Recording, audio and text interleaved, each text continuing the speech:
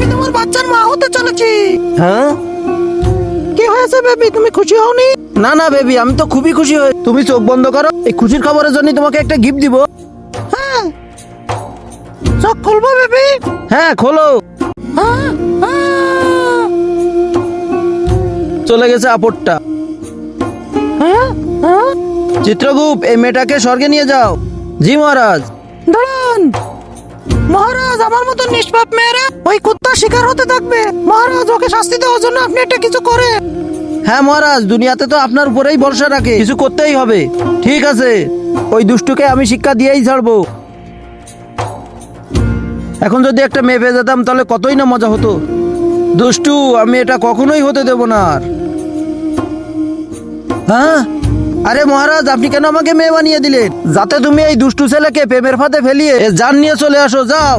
হ্যাঁ মহারাজ। শোনেন, আপনি দেখতে খুবই সুন্দর। আরে I love you. I love you too. তাহলে চলো আমাদের প্রেম কাহিনী শুরু করি। হ্যাঁ চলো তাহলে। হ্যাঁ, আরে বাপরে।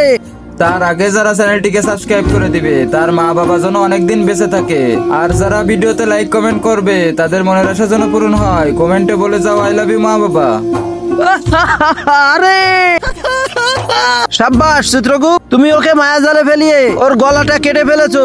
গলা কেটে? না না মহারাজ, আমি ওর গলা কাটিনি। আমি যদি ওর গলা কাটতাম তাহলে ও তাড়াতাড়ি মরে যেত, তাই এটাই ওর শাস্তি হওয়া উচিত। আচ্ছা, তাহলে তুমি ওর কি কেটেছো? ওই দেখেন।